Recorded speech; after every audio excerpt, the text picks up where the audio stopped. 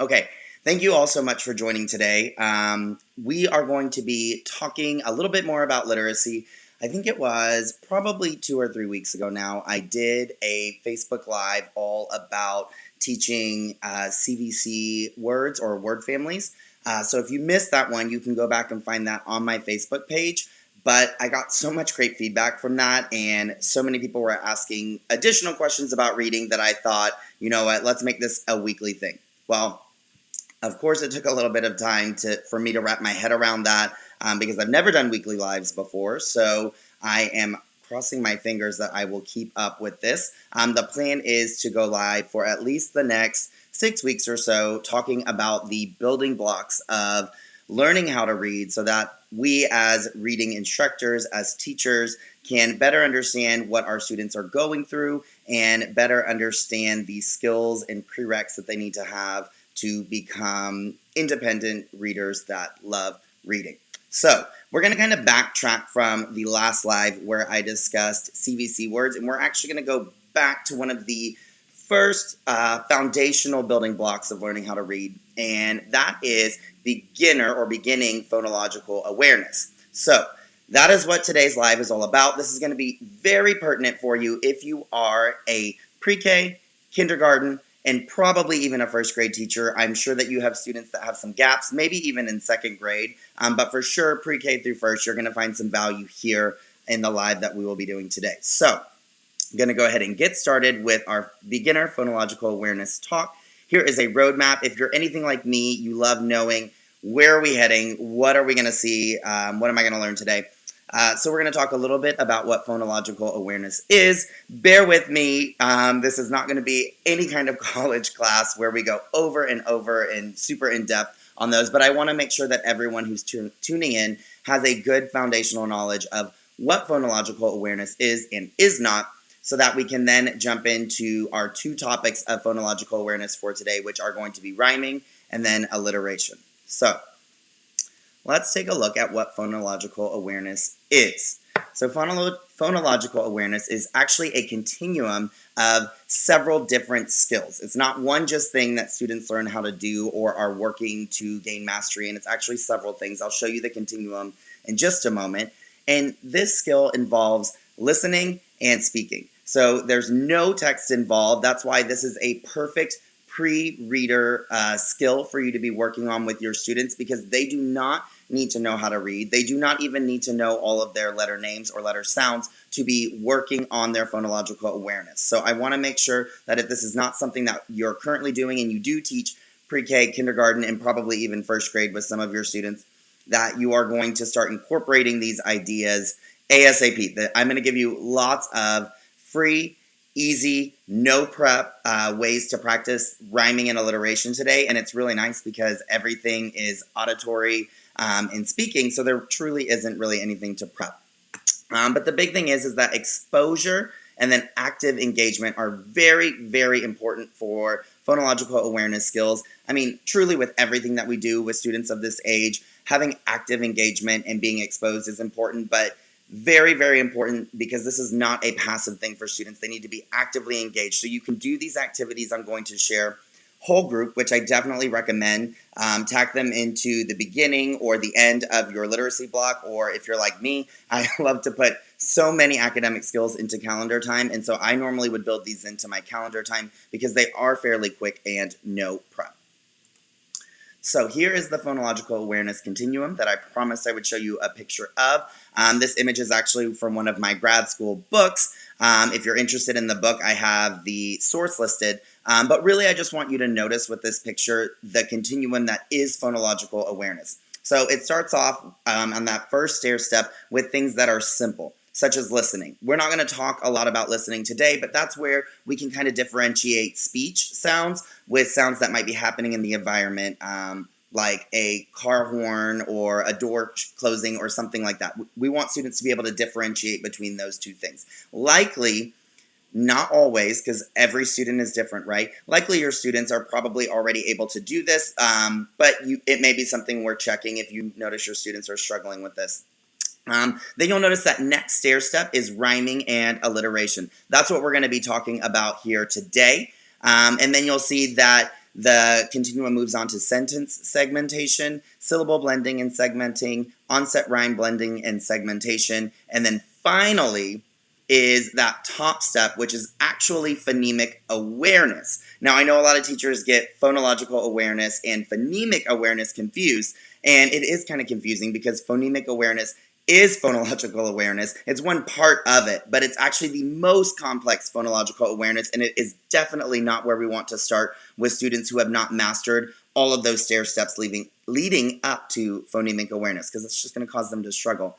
So here's kind of just it in a nutshell. Phonemic awareness becomes part of one's overall phonological awareness. So just something to keep in mind, that phonemic awareness, you can picture it like an umbrella, is actually part of that phonological awareness umbrella. So let's talk about rhyming, and I do have an ear up in the corner because I want us to remember that for the context of what we're speaking about today, this is an auditory and verbal skill that we are talking about. Yes, you can do things with rhyming that involve writing or reading, but that is not what we're focusing on here today. Okay, this is phonological awareness, or being able to hear what's going on. Okay, so we are going to walk through the typical progression with learning how to rhyme. Now, we're all teachers. We know that nothing is truly typical, and every student comes with their own experience, their background, their prior knowledge, all of that. But this is what you might typically see.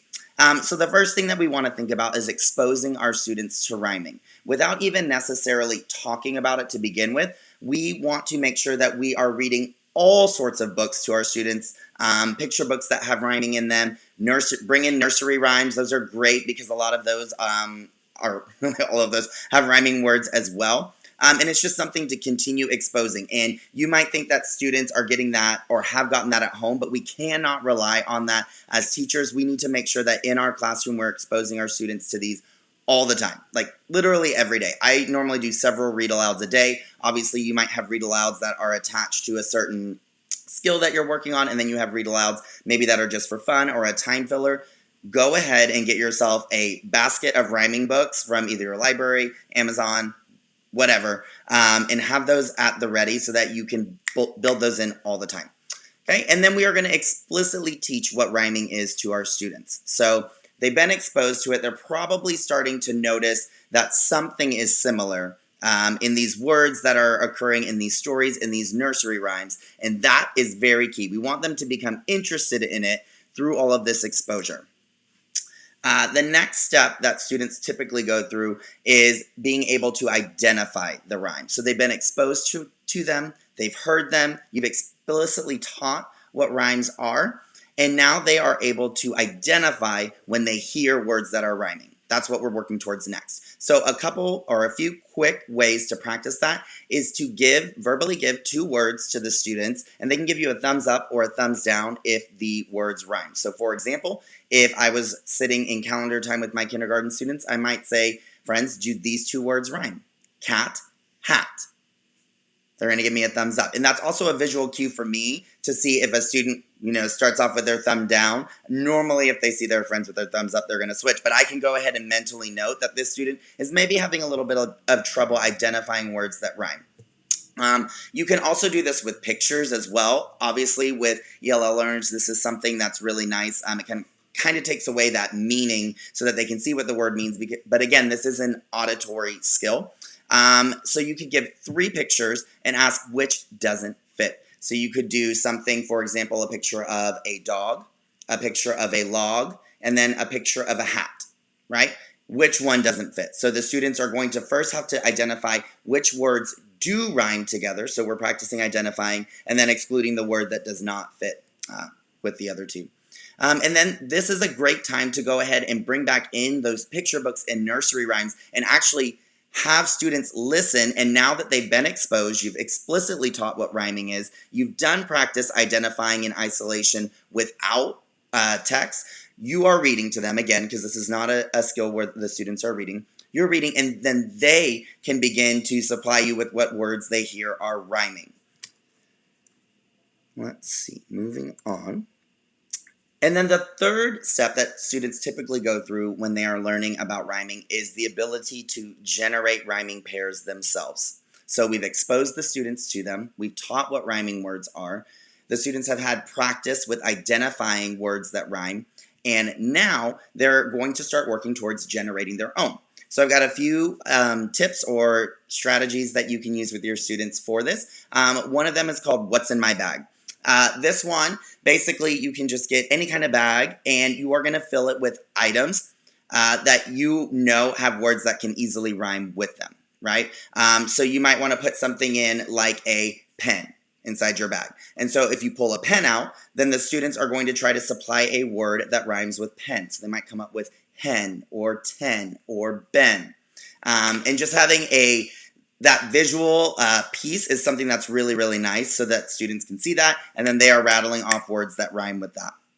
Another way that you can do this is to give a word. So instead of having the what's in the bag where you're actually pulling out an item, you can just give students a word that you're asking them to create a rhyme for. So you could give them the word dog and ask them to produce a word that would rhyme with dog. And then we could also work with rhyming chains. This one is really fun. The students really like it. If you have ever heard me talk about playing Sparkle or Takedown, this is a great game that you can add into that. So you could have students all standing around, distanced out, and you give a target word. So maybe you're going to start with 10. And so the first student is going to give a word that rhymes, and then so on and so forth. And then once it comes to a student that can't produce the words that rhymes, maybe that person is taken down, right?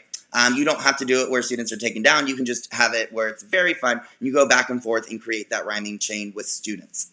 And the last thing that I want to say about rhyming, for what we're working on right now with just this auditory skill, nonsense words are okay. So if you give a target word and your student gives you back, maybe the word is spoon, and they come back with foom, right? We know that that's not a word. However, they are understanding the skill that we are working on right now, which is rhyming, which is when words end with the same sounds, right? So yes, it's a nonsense word, but they've gotten the concept down, and that's something to celebrate. Moving on to alliteration. Again, I have an ear up in the corner because, again, we are focusing on a skill that is going to be done by listening and by speaking. So it's a very, very similar framework for how students can be taught and work through the skill of alliteration. And the first is exposure. Exposing students to alliteration with picture books. Obviously, there are tons of alliteration books out there. I'm not going through any book lists on the live today, but if you go on Google or Pinterest and you type in picture books with alliteration or picture books that rhyme, you will find tons, and your school librarian can probably help you out with those as well. Grabbing some poems with alliteration. If you Google poems with alliteration, you are going to have literally thousands of options that you can choose from. When I taught kindergarten, we did one poem a week, and we would do different skills with that poem throughout the week, and alliteration would be a nice topic for one of your days. And then tongue twisters, bringing in some of our old-fashioned tongue twisters, and I practiced saying this earlier, but I'm probably going to say it wrong, but she sells seashells by the seashore. Right? Tongue twister, it's got alliteration in it. We hear that beginning sound repeated over and over and over.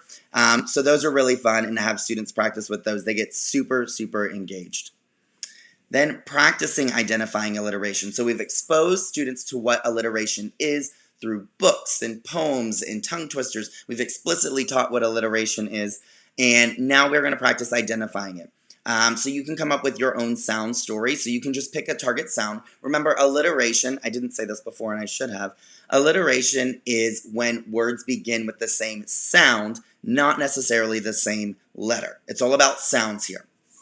So you can pick a target sound. Maybe your target sound is the B sound, B. And your story, I don't know, I'm just going to make one up off the cuff. Bob builds boats out back. Right? And so not every word in your alliteration story has to start with that target sound, but they should be closely linked together. And I like to have the majority of them when practicing this skill start with that sound because it makes it a lot easier for students to identify. I just had a train of thought and it totally evaded me. All right, we'll move on then. So then this is also a great time to revisit those picture books, those poems, and those tongue twisters that I mentioned previously. Go back to those now that you've read them to students, you've practiced with students, But now they're actually able to identify the alliteration, go back to those, and it's super fun for them to go back with this newfound skill to be able to find the alliteration that you already exposed them to. And then they will move into generating their own alliteration. Now, in every class, this process might take a different amount of time to get from just exposing them to them being able to generate. So you play it by ear with your students, see how they're doing, see what they're ready for. And of course, you're going to have students that are ready probably on day one to generate their own, but then you've got students on day one that have no idea what alliteration is. They're going to struggle with identifying those sounds. So wherever they're at, it's totally fine. The first activity is letter collages. I think this is one of the most basic ways to practice alliteration. So give each student a letter, uppercase letter on a piece of paper, and then use magazines or pictures, or they can even just draw all words that they can think of that start with that target sound. Remember, it's not about if it's actually that letter, it's about the sound. So for C or K, right, we would end up with maybe the same sound. And have them put all of those onto their letter collage, and then they can use that to practice creating their own alliteration, because alliteration is identifying that beginning sound that is the same. So this is the same thing, finding those beginning sounds in words very similar. And then another game that you can do, whole group or small group, is going on a picnic. So you might give students or have them generate something that they might want to bring. So maybe on my picnic, I'm going to bring tomatoes. Well, I'm going to go ahead and add some alliteration to that. I'm going to bring tasty tomatoes, right? And so I've added in the word tasty. It starts with the same sound as tomatoes. And so I'm adding in and practicing alliteration that way. So that could be just as simple as two words that start with that same sound, just as we're building students up to maybe creating their own tongue twister. This one is really, really fun. And it's something that, again, it depends on where your students are. If you're in first grade, students should be able to create their own tongue twister, most likely with a little bit of help. And in kindergarten, you can definitely do this together and guide students. The more they're exposed to it, the easier it will get for them. But I shared this on my blog recently, how to create your own tongue twister. So we're starting out with a letter sound, our target sound. Maybe for this example, it is the C sound. Choose a noun that starts with the same letter sound, so cat. Choose a verb that starts with the same letter sound, cat claws. Add a word to tell which, what kind, or how many that starts with the same letter sound. You're noticing a pattern here. Cool cat claws. And then add a word that tells how, where, or when that letter, how, where, or when that starts with the same letter sound. Cool cat claws constantly. Y'all, and we are so real about here. And I thought I put it on here, but maybe I didn't. But another activity that you can do is to actually use your students' names to come up with an alliteration chart. And so that might look something like, we'll just use my name, for example. So Bryce, let's see, let's hope Bryce can find a marker. There we go. All right, so Bryce likes bacon.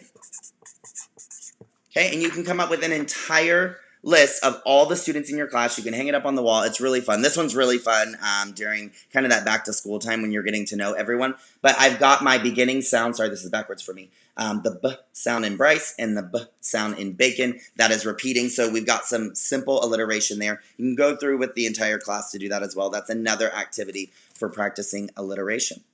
And I think that is all that I have for y'all today. I told you this was going to be super simple to prep because there's really nothing that you need to be printing out or cutting or laminating. Now, you can practice these skills with things that are printed out, obviously, but I wanted to give you easy tips that you really don't need any prep work besides maybe finding some books or choosing some poems that you're going to be using with your students. So try this out. Let me know how it goes. If you have students that are struggling with these skills, this is going to definitely be something that you want to work on them with, especially if you are in kindergarten at this point of the year or in first grade and students are struggling here. You're going to want to go back and help them out with these skills because they are foundational for their reading success. It's going to, just help them out as they continue learning how to read and loving how to read. If you are wanting to read a little bit more about what I talked about today, you can visit My recent blog post, it's just theteachingtexan.com/beginnerpa. I've got a few other activities on there. I go into a little bit more of explanation about things. If you are more of a reader to learn, then definitely check out that blog post. And yeah, I will hope to see all of you next week. We are going to shoot for the same time on Thursday at 4:30, and I hope